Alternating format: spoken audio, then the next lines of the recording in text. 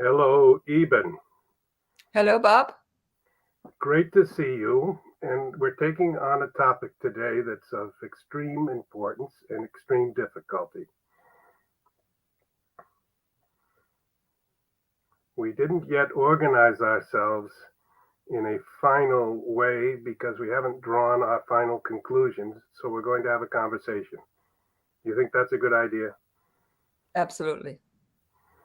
So, what we are talking about is a church which is united and one, undivided, one communion, one church, and at the same time riven by factions, by disagreements, by conservative and liberal debates, and trying to hold together to the point now where we have some people who are sede vacantists. They say that Pope Francis is not actually legitimate Pope. They're angry with him for being so modern.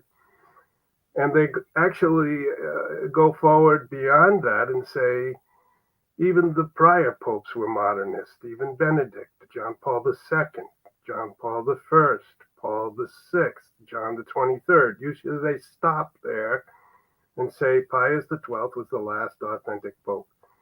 So that's a conservative group that looks back to the ancient teachings of the church and tries to hold on to them and is very frustrated and upset, angry, and passionately opposed to the modernizing of the church, which has been occurring since the Second Vatican Council.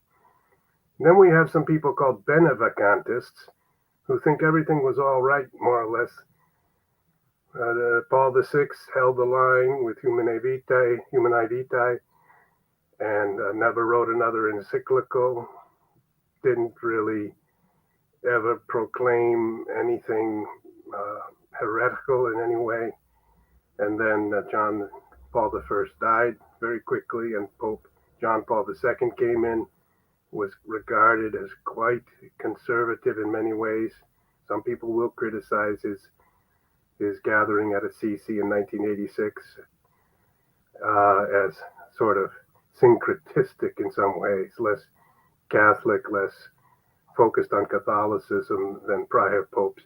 But more or less, they support him, and then they support Benedict XVI, and they feel there was something problematic about his resignation, and that he in some way actually may have remained the Pope, and that somehow Francis is the problem. Others are Francis apologists, and they cannot understand how the more traditional or conservative minded Catholic can be so antagonistic to a reigning pontiff. They're befuddled that such people can still be called Catholics. And you even pointed out to me that some people are so critical of Francis that it's disturbed you deeply. And yet, there are bishops who have signed petitions, and there is the prominent case of Archbishop Vigano, who I know well, who won't even refer to Pope Francis as a pope. He calls him always Jorge Bergoglio. So here we are in a condition in which the doctrine of the church teaches us, according to the creed, that we have one holy, Catholic, and apostolic church. This is our belief. But we have all these people claiming that we're having the necessity to divide the church, to reject certain teachings that the Pope is proposing, or certain decisions. How can we remain one? What is the strategy, what is the understanding that we can have in this terribly contentious situation? Let's have a conversation about it. Yes, before we start the conversation, I think I would like to tell the viewers where I come from, and what is my point of departure, so to say, my point of view, because I am a very conservative Catholic, and I am a convert to Catholicism. This year, it's going to be 20 years ago since I Uh, converted. And before I converted, I finished and got my master degree in theology from the University of Copenhagen. So I have studied theology. I'm a master of theology. And I could have been a pastor in the Lutheran Church here in Denmark if I had not converted a couple of years after I got my degree.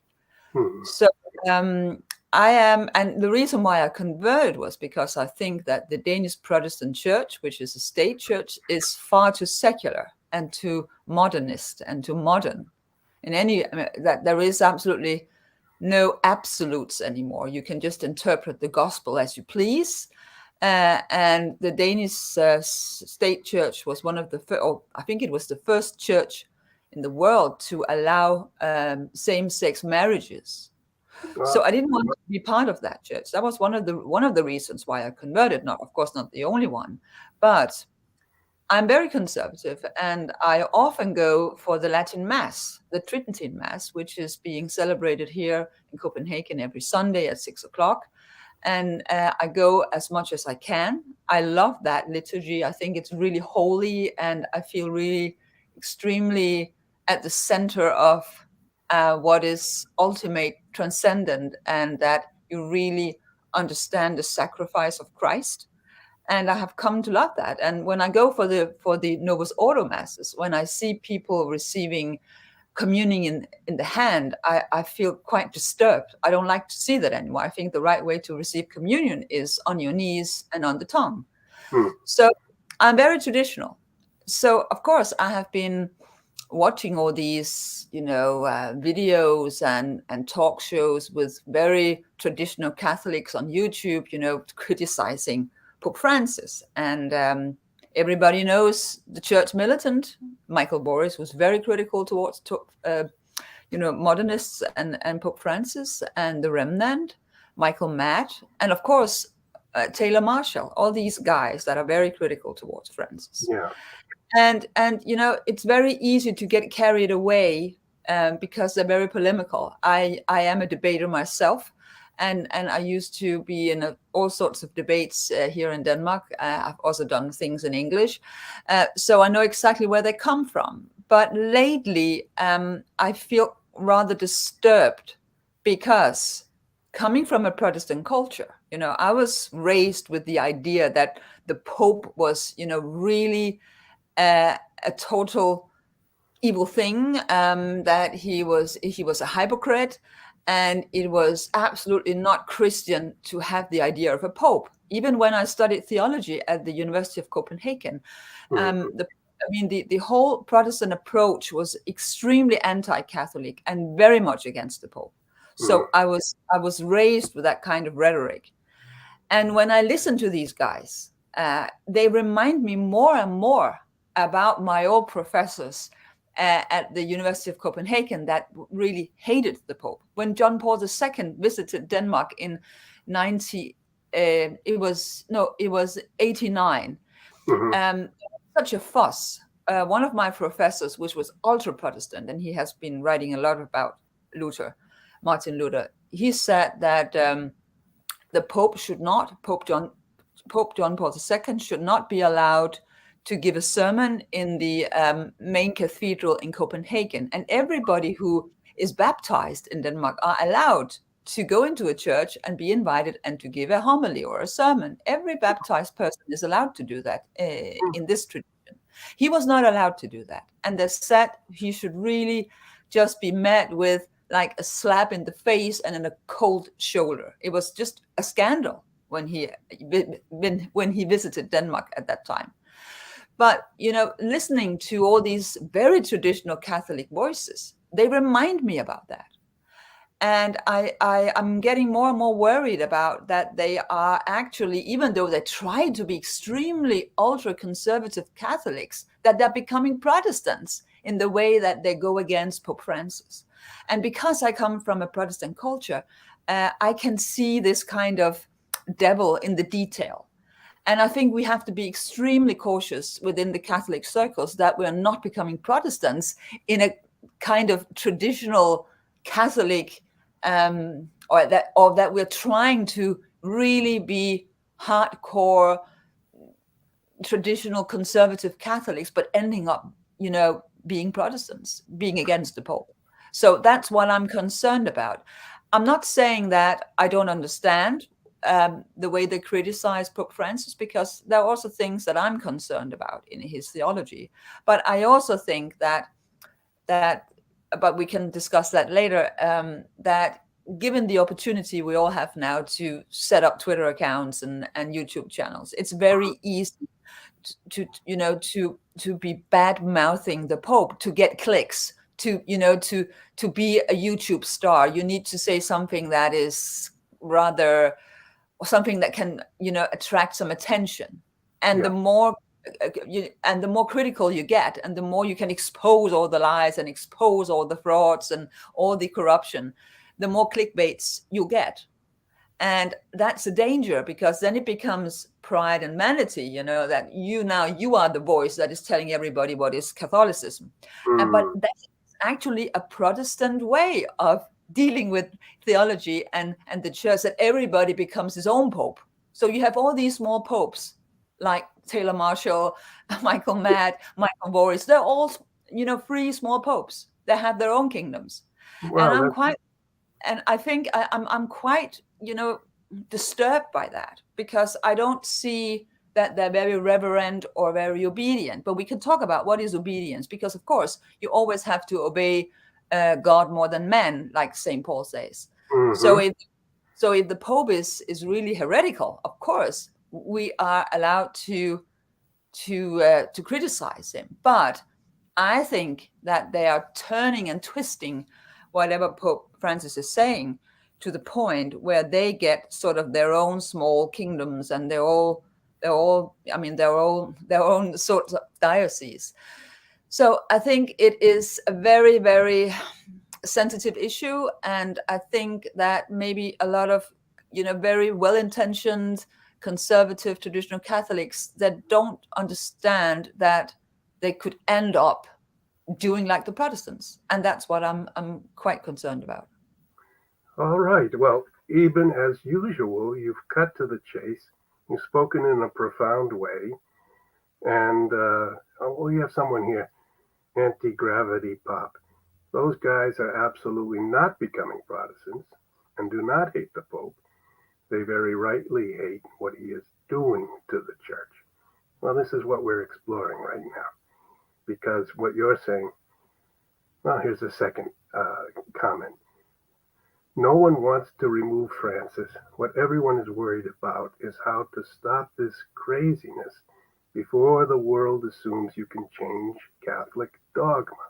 Okay, what you did was brilliant. You established very well, I think, and persuasively, your credentials as a convert who was upset about a type of Protestant Christianity which didn't give you the sense of being apostolic and being united and being connected with the sacrality of the great tradition of the church, a community that had become modernistic, secularized, humanistic.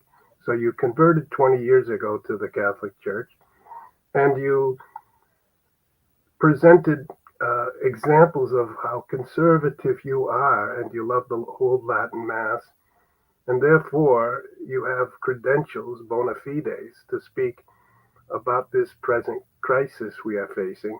And then you express a deep concern that there is a danger that we are entering into a type of indiscriminate attack on the head of the church, which has a flavor of Protestantism within it, almost creating a number of popes, many different popes, each of whom are claiming their own authority, and really departing from the traditional idea of a certain obedience to whoever has been elected in whatever way has been established, because there's been different forms of papal elections, to be the successor of Peter.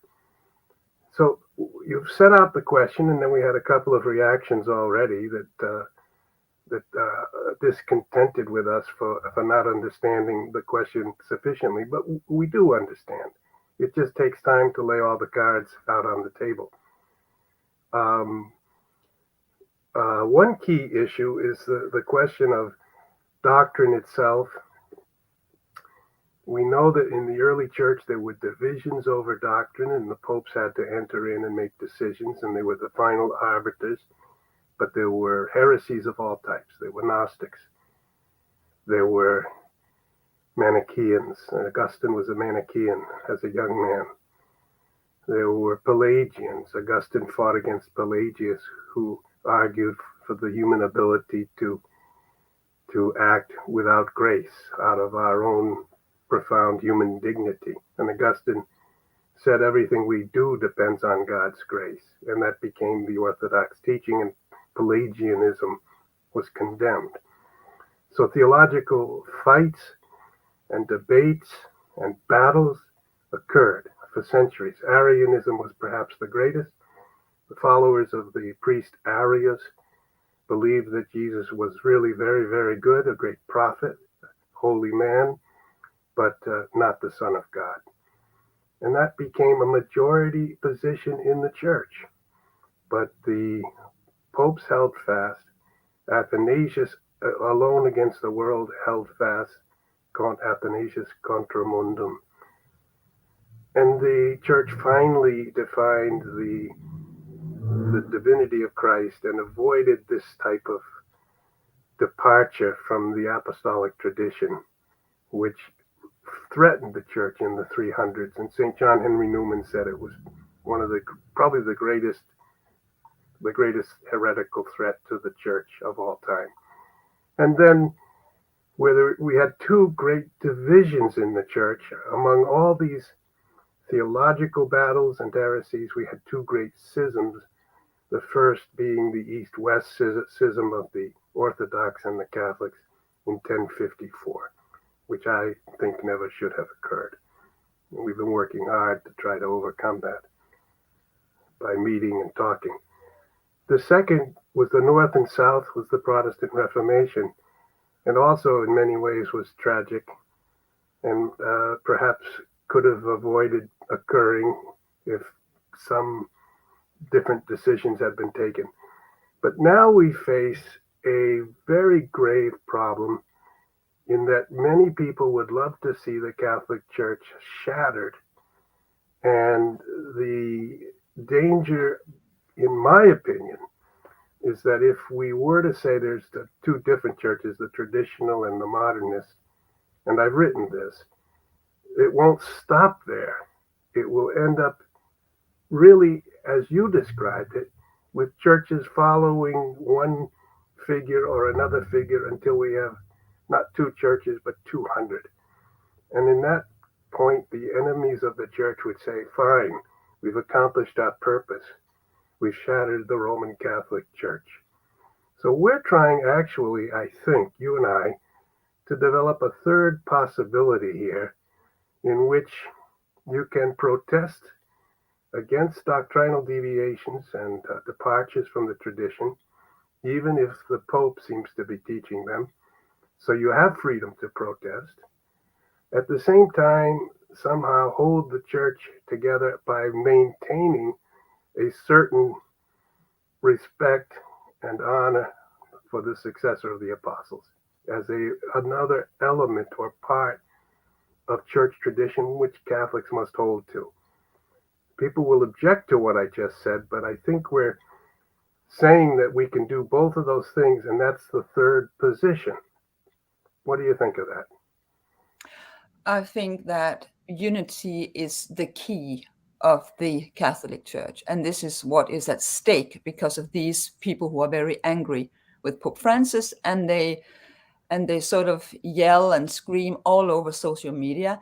For instance, if I was not a Catholic and I was interested in becoming a Catholic, and let's say that I came across Church Militant website, I would definitely not become a Catholic because I would think they were all imposters and corrupt people and terrible people. I just checked Michael Voris's website just a few minutes before we started this streaming.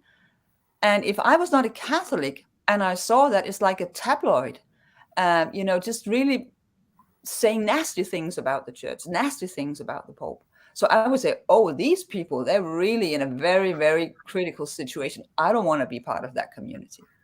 So I think, but that was just, a side comment. I would say that unity is, it's so important. In the Gospel of John, just before Christ go to his suffering and his death, he prays to the Father that we may all be one. And if Mm-hmm. you read and if you read the Acts of the Apostles, it's very clear that the reason why they're growing, why people convert, is because of the unity in prayer and the love of the Christians. And we have lost that because now we are just hating each other, and we're just, in this kind of conflict and war. Okay. And this is actually the tool of the devil, is to divide people. It has always been the way that the devil works, is to divide people. So if he managed to divide us, then the Catholic Church is even more weakened than if the Pope, is trying to introduce some kind of heretical practice. Because if everybody else is staying together, they're keeping themselves united, they're praying, what can the Pope do? Nothing, because nobody would follow what he says. That's what it's all about, is whether we're going to follow it or not. And we have had a lot of bad popes before. There were very critical moments in the church history, as you just mentioned, the Arian heresy, Pelagius. There were a lot of, critical times, but it always was overcome because people were united. They did not separate. And now the whole Catholic Church could go into splinters, like the Protestant communities, because you have more like 70,000 different Protestant communities all over the world. 70,000, I think it is. Got it. And that will weaken us. So no matter how bad the Pope is, it's all about trying to stay together and keep united. And this is exactly my point with these critical voices, that they're dividing people and they make people go against each other. And I think that is a bigger problem than Pope Francis, to be honest with you, because I have seen in this culture where I come from what it means to tear the Pope to pieces and think that you can just, for instance, have the state as the sort of the government body of the church. But that's of course not what is going to happen to the Catholic Church. But we could have some kind of breakaway underground churches, so people are completely divided. And I think if that is happening, then the Catholic Church could fall apart. So so we have to be more humble. I think also a lot of the critique, and I know that from myself, because I have been a very critical voice. At a certain point, it easily turns into pride, that I know much better than everybody else, and Mm-hmm. I can even I am entitled to criticize the Pope. Mm-hmm. And I mean, for instance, Padre Pio, when the bishops and the authorities in the church questioned his stigmata and his mystical life, I think there was a period of 3 years where he was not allowed to celebrate Mass. He was simply told to be totally silent. And Padre Pio never criticized anyone. He just obeyed. And then later on, I mean, he was allowed again to celebrate Mass. Now he's a big saint. But he never really criticized anybody. I mean, for instance, you could also point to St. Francis of Assisi, and you could Mm-hmm. compare him to Martin Luther, because both of them were facing a critical time in the church. Because at the time of St. Francis of Assisi, I mean, there was also a lot of corruption in the church Yeah. and bad popes. But the way he renewed the church was not by raising his voice and criticizing the Pope and trying to make everybody angry with the Pope. No, he renewed himself. So he was he was really trying to live a life precisely according to the gospel. He was very humble. Whereas Martin Luther, he was doing like all these Catholic traditional voices are doing now. He was just extremely rude. He was against the Pope. He was very prideful, and he broke away from the church.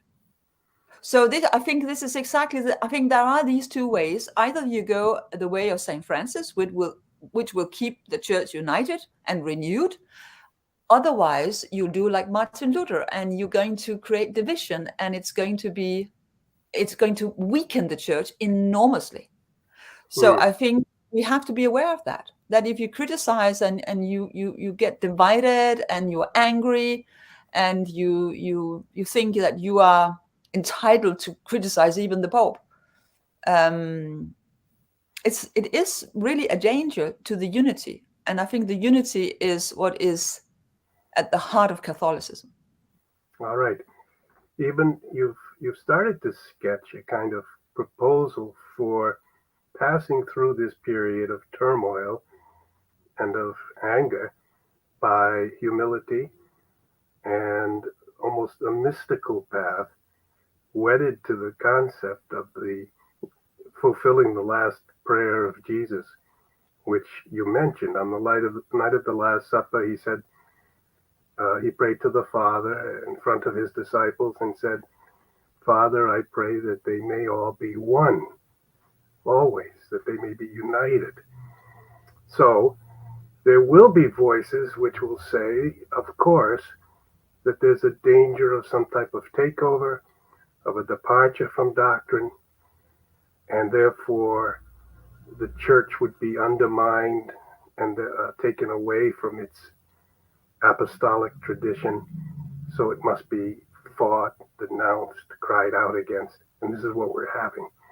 But you're proposing a re-emphasis on personal repentance and devotion and purification and adherence to the doctrine, um, in somehow a fashion that you are persuaded would help us avoid a terrible tragedy, which would be the shattering, or as you call it, the splintering of the church, which would weaken the church and therefore really cause the triumph of those forces in the last century or two, which have desired to break the church away from its primary gospel message.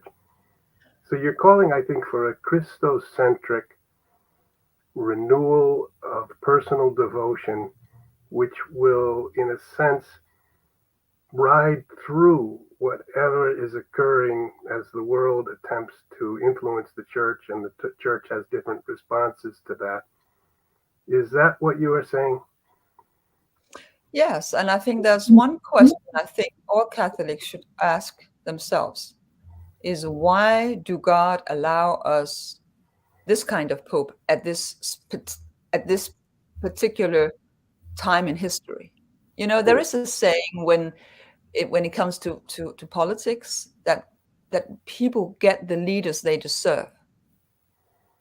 Mm-hmm. And more than 50%, I don't, maybe you can look it up, I think it's like 70 or 80%, it's quite a high number of Catholics do not believe in the real presence of Christ in the Eucharist. So why don't they lash out against those Catholics instead of the Pope? Because even though, I mean, the Pope doesn't own the church, I mean, it is the lay people as well. And if they don't live by the doctrine themselves, maybe they get a Pope that doesn't live by the doctrine himself. Maybe it is, a way for God to tell us that we should shape up ourselves. Because I think in the end, if you are Catholic, you believe that Christ is the head of the church, and nothing happens in the church that he does not allow for some reason. So maybe he wants to tell us something with this Pope and the decisions that he's making. And nobody really has ever brought that question up. Why, at this special time in history, does God allow this? And who's being tested? So I think, of course, we should not have blind obedience. Of course, Catholics are allowed to use their reason and to have their own opinion. But still, there is a hierarchy in the Catholic Church.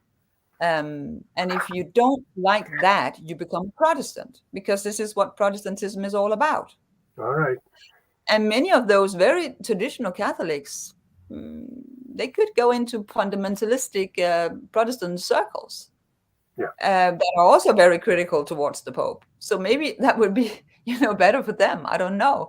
But for me, coming from a Protestant background, having studied Protestant theology, for me, obedience to the hierarchy in the church, not blind obedience, but obedience is extremely important, because this is the only thing that the devil cannot imitate. I mean, the devil can imitate all sorts of things in the gospel, but what he cannot do is to be obedient. And that's why it's so important for us sometimes to be obedient, even though that we don't really understand why we should be obedient. I think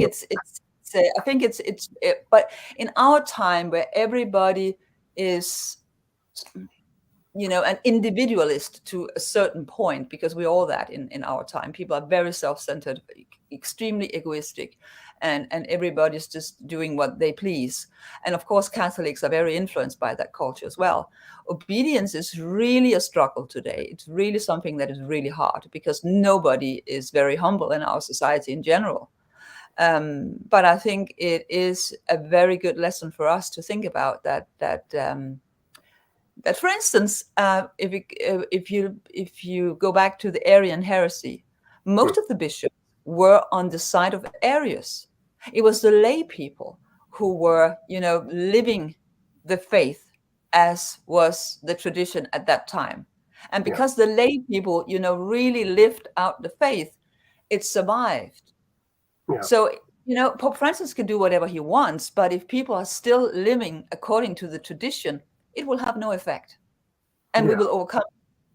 So it's really not a matter of what the Pope is saying. It's the matter of how Catholics that they live and how obedient they are to the magisterium. Because, popes come and go, and some popes are bad, some popes are good. But we all know what is the tradition, and Pope Francis cannot change that.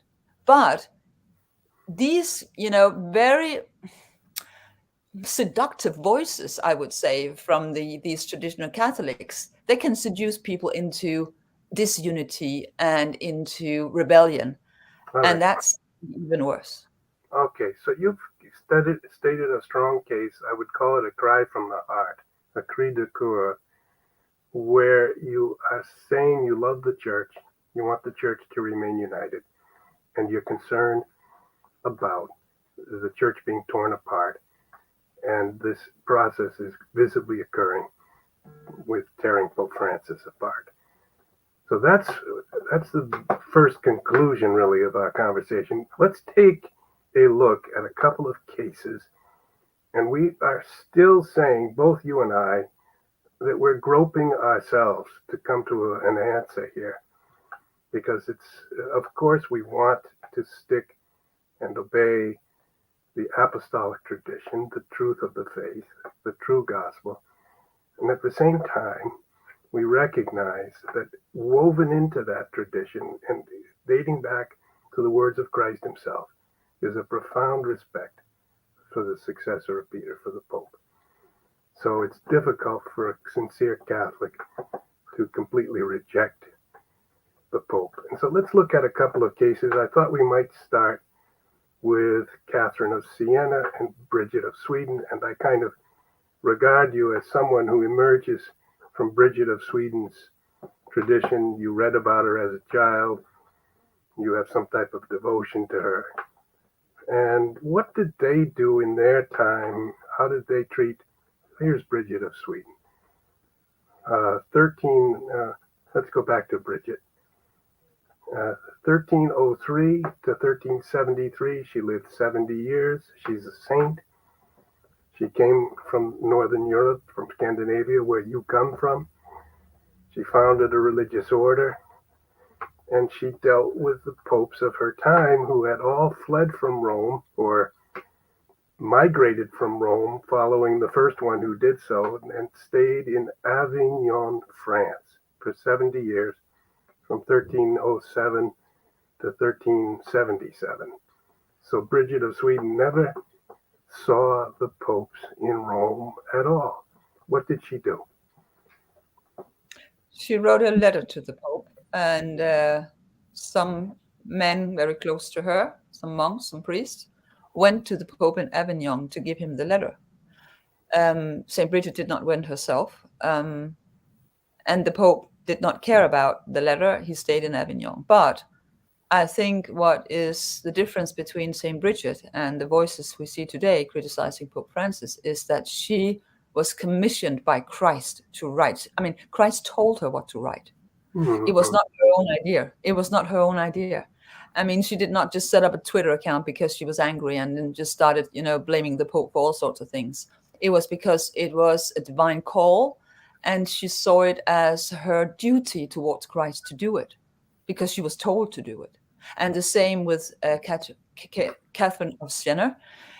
So I think there was a big difference. There were mystics, and they had a deep mystical union with Christ already, and he commissioned them to try to get the popes to go back to Rome. Yes. I think that it is they are on a completely different level. Yeah. And they were not and they were not aggressive in general. They did this at addressing the Pope because that was they were told to do, and otherwise they were not, bad mouthing the Pope. They were simply trying to restore order. Okay. But but I mean, today I have heard a lot of those critics, blaming Pope Francis for being part of an evil globalistic circle, and that he's, an evil person and things like that. And where is the proof? Where is the proof? Because you cannot say things like that about any person in the world if you don't have the proof. It's just rumors. It's just like calumny. Yeah. And I don't like that because we don't know. Nobody knows anything about the deep church. Vigano is talking about the deep church. Where is the proof? Where is the proof? We don't know. Maybe it's just, some kind of political stuff that they're inventing. Because I think many of these circles, even Vigano and Taylor Marshall, they are actually speaking like politicians, and they have endorsed Trump.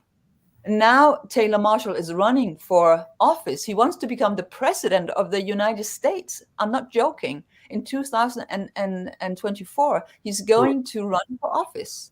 Yeah. So he wants, to implement the kingdom of Christ. Okay, but what is he up to? Is he just a politician? And Vigano is very political as well. What are they really up to? What kind of attention is it that they're trying to seek? So I think here people have to be critical, just as critical towards these voices as they are critical towards Pope Francis. Well, there's so many things that you've just said, and we could take an hour or two just responding and reflecting on what you said. I wanted to wrap up this with St. Catherine just to tell people she didn't actually wear a crown of thorns. This is depicting her as conformed to Christ. The sufferings of her life, the longings of her heart were to be completely in communion with Christ. She was a mystic. She had locutions, as did St. Bridget. And she lived just for 33 years, as you see, 47 to 80.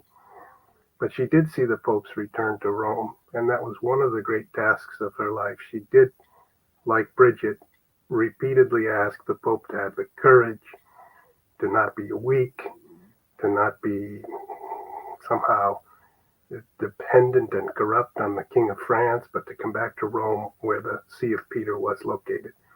And so she accomplished that. She was known for her holiness.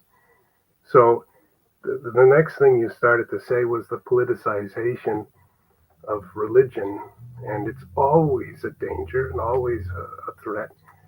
Jesus very clearly said, "My kingdom is not of this world."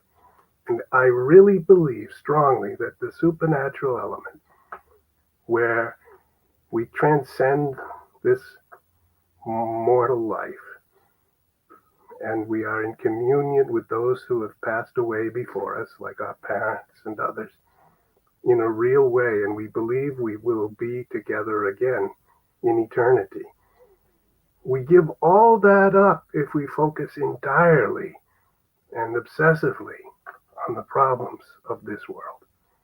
We do absolutely want justice in this world and charity and the end of oppression, but the the battle for that is accomplished by focusing on the eternal, on the supernatural. And anytime we fall too much into the temporal, we lose that power that comes from prayer, from spiritual exercises, from focusing on Christ. And I think that is a deep element of what you are talking about, what you just said, right? Yeah, absolutely. Okay, Absolutely. let's go on to look at one very famous case, just so our listeners to. Well, John Henry Newman also had some concerns. We'll stay with Newman for a moment. He had some concerns about the papacy of his time, and he actually was not entirely in agreement with the First Vatican Council's declaration on papal infallibility. He thought there was a danger in this in some way, but he accepted it. He assented. He gave assent to that. Great convert from Anglicanism, a great student of the Arian, one of the great authors on the Arian heresy was John Henry Newman. And he increasingly submitted himself, despite his awareness of some deficiencies, say, in the popes of Rome, from the perspective of a man who grew up in imperial England. He nevertheless was a very loyal and committed servant of the popes. And then the next candidate here is Archbishop Marcel Lefebvre. People will debate this, but he took actions, but he always claimed to desire to remain in communion with the Pope of Rome. Do you have any comment on what he did, or we can move on? I don't know how Well, much. that's good, because I'm not a specialist in Lefebvre, but of course he was seen as schismatic for many years. But Pope Benedict sort of, built a bridge Yes, to these and church communities. he was able to build that bridge because Lefebvre, who was a missionary, who served in Africa, who believed in seminary formation of priests, who had his very profound spiritual life, did not wish to break from Rome. And he desired union, but he had several points which he wished to debate, and they still would like to debate those points. In any case, the rhetoric he used was somehow not as dramatic and dark as the rhetoric you've been describing. I would say we could people might debate this. But let's move on then to a case that recently emerged with let's see Father Altman, and we have a slide on Father Altman. Well, we can go back to that first slide to the title. This is an American priest. He's a fiery priest. He's got a good heart, but his rhetoric has become inflammatory and extreme. I've never met him personally. I've watched videos. He's filled with energy and passion. But what he's recently said, this article is from July 7th, just a few days ago. We're speaking on July 13th, which is the anniversary of one of the apparitions at Fatima. And July 7th is just 6 days ago. And just before that, Reverend James Altman at Canceled Priest Conference, quote, Bergoglio is not a pope, close quote. A 40-minute lecture given by, this is from a website which itself is kind of an entirely, it's called Novus Ordo watch, and it's very critical of everything since the Second Vatican Council. It regards it all as heretical modernistic. So I just go through this, and then you can comment. The most explosive part of Altman's talk to this conference, and he himself was taken away from the parish where he was preaching by his bishop, and so he's been canceled. He's on the edge of being in great difficulty with the church. He's been treated with great he's been treated harshly, but here's what he's been saying. At the 32-23-minute mark, he says that Jorge Bergoglio is not only an anti-pope, but the worst of all anti-popes, because he makes up his own doctrines instead of defending the Catholic faith. Then Altman refers to the teaching of St. Robert Bellarmine. I always like and defer to Robert Bellarmine because he has the same name that I have, so I have a devotion to him. Doctor of the Church.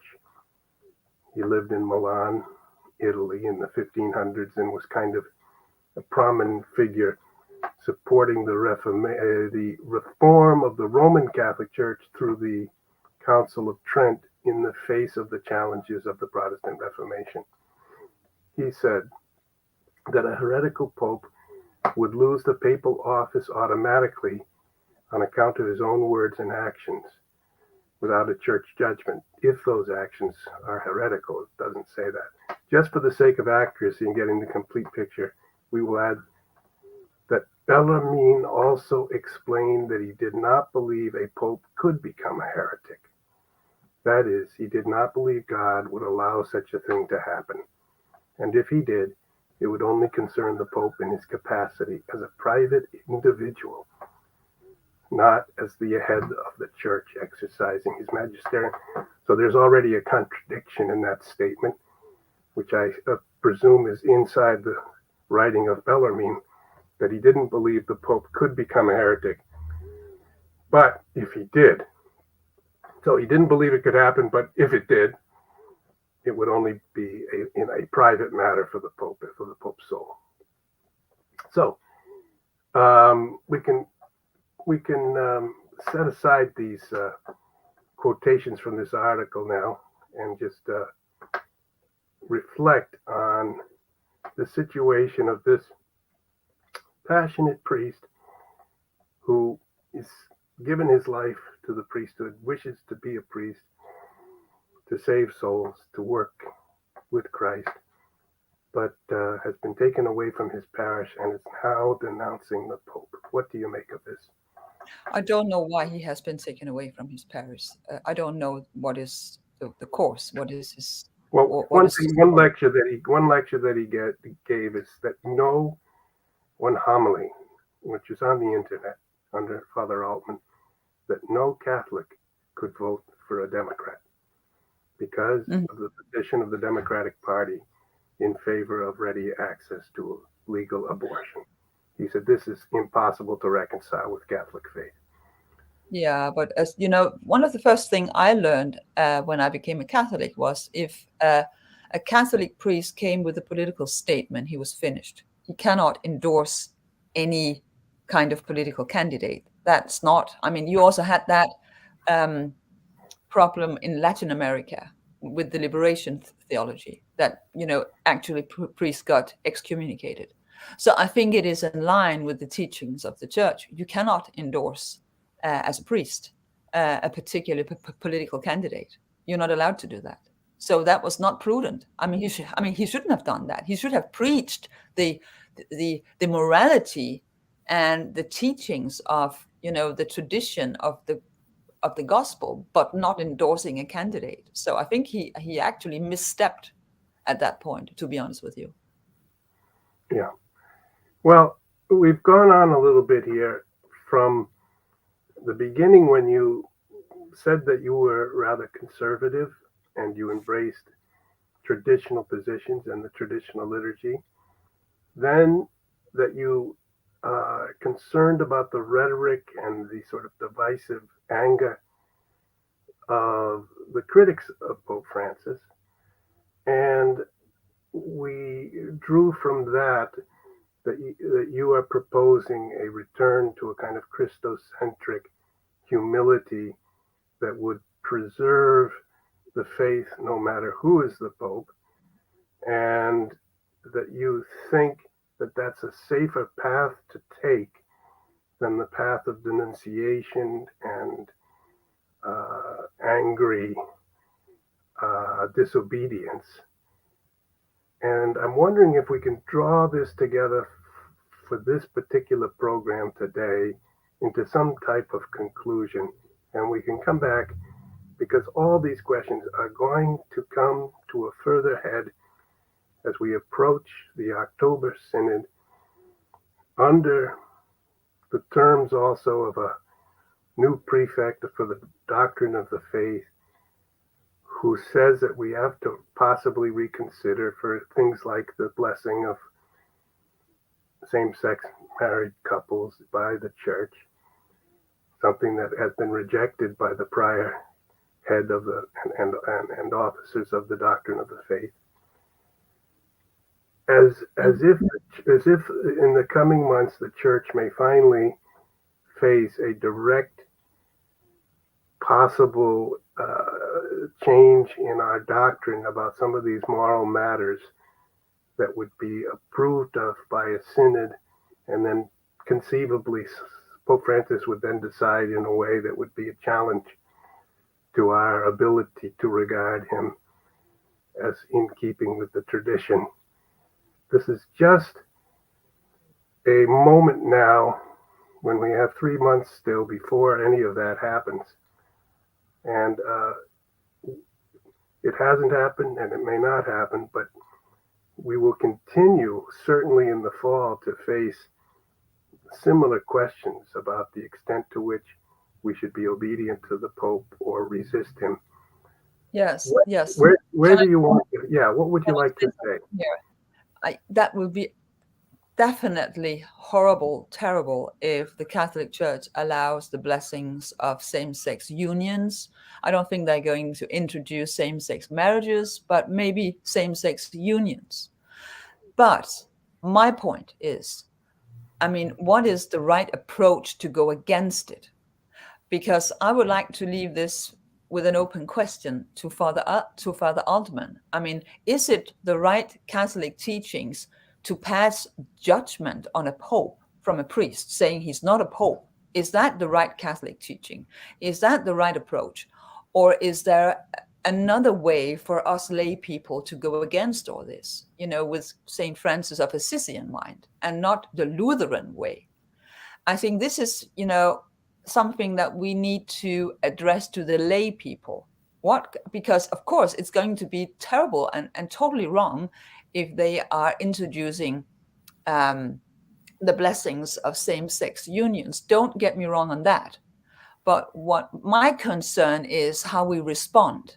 Because if we respond in a way that is just as heretical as what the Pope is doing, the church is going to break down.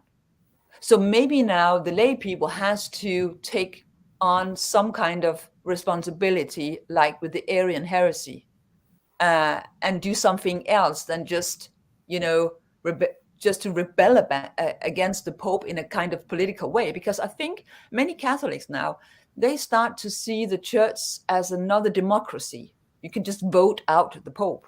You can just try to get removed. But the church is not a democracy where you just put up a Twitter account and you make a new political party within the church to get the Pope out.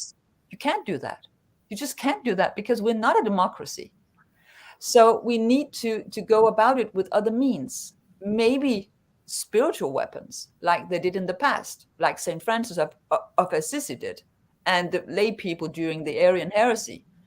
And so I think we should be careful not to fall in a political trap that will destroy the Catholic Church even more. If we love the church, we should really think really carefully about how we respond to this crisis. Okay, so as of July 13th, 2023, we launched this podcast on the tearing apart of Pope Francis by people with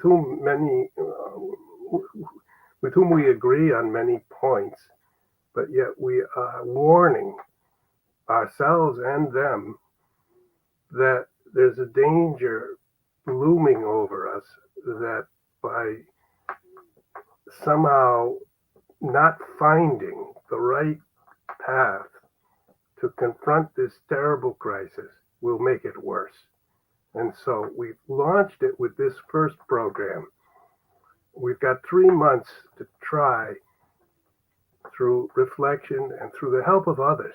If there are people out there that you know of, if you want to send us to my email, which would be editor@insidethevatican.com, and anything I can share with you, anything that comes to me even, and see if we can develop and perhaps write and speak again on this podcast about these things that are so important, that you've eloquently expressed, that are in the tradition of Bridget of Sweden and St. Catherine of Siena, who also faced terrible crises.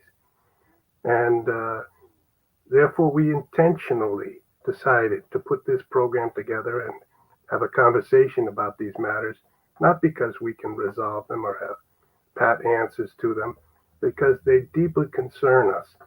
And we think they're so important that the discussion has to start now, because the crisis may come upon us in the month of October.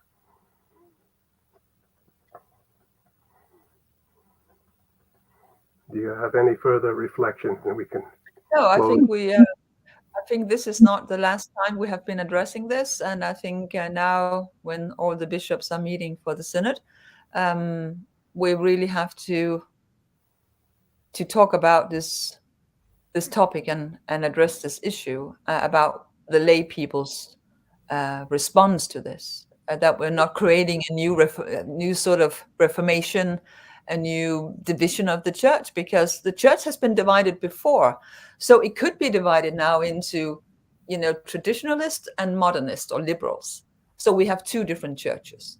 I mean, that's not impossible. It could happen that the church simply breaks into two different Catholic churches. So just at the first glance now, just without. And then and then we're gonna have two popes again, like in the situation with Avignon. Okay, so what 1 or 2 or 3 points could you express that could impede or prevent this looming division into two churches, one traditional, one modernist? I think it's very likely that this is going to happen, and I How think can we stop it from coming? How can we open? What I just said, you have to be obedient to the one church and go through the crisis and respond to a crisis in a more humble way. I think Vigano would like to become the Pope in the traditional church, and then you have Pope Francis in the liberal church. And then, of course, we have two different churches, and the devil would love it. He would love it. And that's why I say, don't listen to all these critical voices, because they could take you there to the point where you want to divide the church. And I think that is just as heretical as when Pope Francis wants to bless same-sex unions. It's just as bad. This is my point. It's just as bad. So we're both on both sides. We're creating this situation. And so we also have a responsibility not to damage the church even more. This is my point. All right. I'll ask you one last question and we'll end. You said that Bridget of Sweden was told by the Holy Spirit in interior locution what she had to do, what she had to write to the Pope. Now, do you feel yourself in your reflection and prayer that you are told to say the things that you've been saying? Or to what extent do you feel you are inspired or gropingly assisted by the Holy Spirit to say some of the things that you've been saying? I certainly hope that I'm inspired by the Holy Spirit through my prayer life and through my Catholic spiritual life, attending Mass, going for confession, trying to be obedient to the Catholic faith. But I also come from a Protestant culture.